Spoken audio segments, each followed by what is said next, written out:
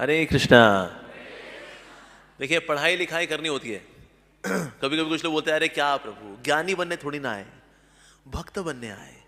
भक्त मतलब हरि बोल, हरि बोल, हरि बोल, मुंह तो खोल। हो गया, हो गया। क्या तुम ज्ञानी क्या है, भगवत गीता भक्ति रसामृत क्या ज्ञानी बनने आए क्या? नहीं। एक्चुअली वास्तव में भक्त का मतलब सबसे बड़ा ज्ञानी कौन? भक्त। एक समय डिवोटी था, उसने यहां तक बुक्स ले रखी थी, बुक डिस्ट्रीब्यूशन के लिए जा रहा था। तो प्रभुपाद जी मिल गए उसको। प्रभुपाद जी ने उसमें से एक बुक निकाल ली, वो थी साइंस ऑफ सेल्फ रियलाइजेशन, आत्म साक्षात्कार का विज्ञान। प्रभुपाद ने कहा इसमें क्या दिया है? तो डिवोटी बोला, श्री प्रभुपाद मैं इन बुक्स को बांटता हूं लेकिन पढ़ता नहीं हूं। प्रभुपाद जी ने बोला, पहले मैंने बुक्स लिखी हैं भक्तों के पढ़ने के लिए, फिर बांटने के लिए। पहले क्या करना है? पढ़ना है, पढ़ना है। एक रिपोर्टर बोला कि स्वामी जी हमने देखा आपके भक्त लोग यहाँ बुक्स बांट रहे हैं, वहां बुक्स बांट रहे हैं, books books books books books, क्या चाहते हैं आप? लोग किताबी कीड़े बन जाएं क्या? प्रभुपाद जी ने कहा, बढ़िया है कि ये लोग किताबी कीड़े बन जाएं, नहीं तो अगले जन्म मल के कीड़े बनेंगे। तो कौन सा बनना अच्छा है, मल का कीड़ा, किताबी कीड़ा?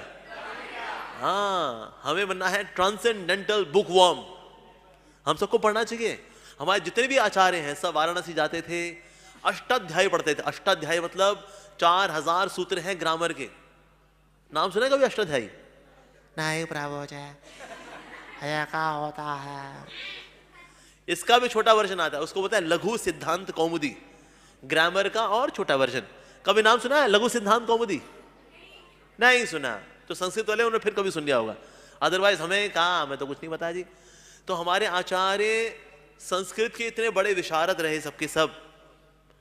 अब जो उनकी लाइन में अब आ रहे हैं, ये हम कुछ ना पढ़ते पढ़ते कुछ भी नहीं करते हम लोग ना। हमारा हरि बोल, हरि बोल, मुंह तो खोल, हरि बोल, बस। तो हरि बोल करना है, लेकिन साथ साथ में पढ़ना भी है। पढ़ना चाहिए हम लोगों को। भगवद गीता के अंदर दिव्य ज्ञान के लिए 3 एनालॉजीज आती हैं। एक, दिव्य ज्ञान एक नाव के समान है। अगर भवसागर को पार करना है तो क्या चाहिए? नाव। वेन? नाव। नाव चाहिए आपको। तो भला कौन सी नाव है ये दिव्य ज्ञान की नाव है जिससे भवसागर पार होता है।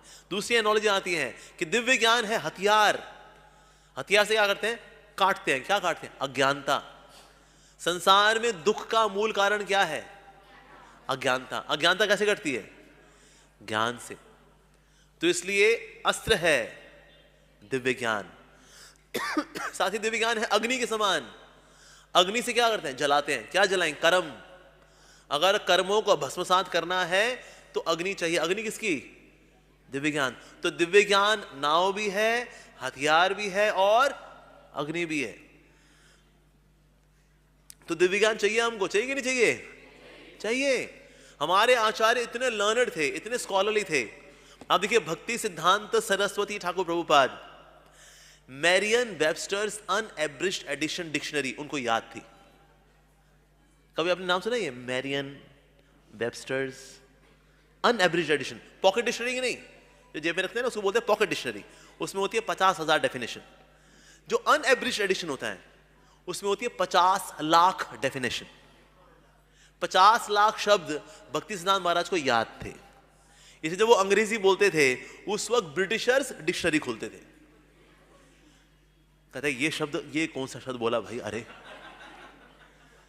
तो जो अंग्रेजों को डिक्शनरी खुलवा दे वो है हमारे भक्ति सिद्धांत सरस्वती ठाकुर प्रभुपाद।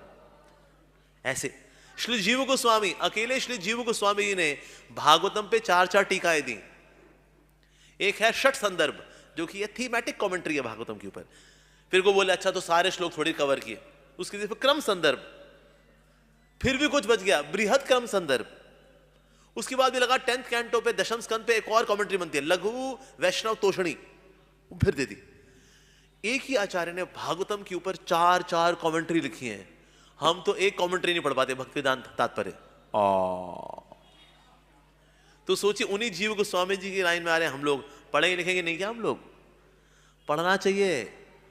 पढ़ेंगे नहीं ना, देखो जो लोग नहीं पढ़ रहे कि कौन करेगा भक्ति शास्त्री, फिर वो CBA, OBA, श्लोका मेमोराइजेशन, फिर सामने बिठाएंगे, बोलो क्या है श्लोक, ये शाम त्वंत,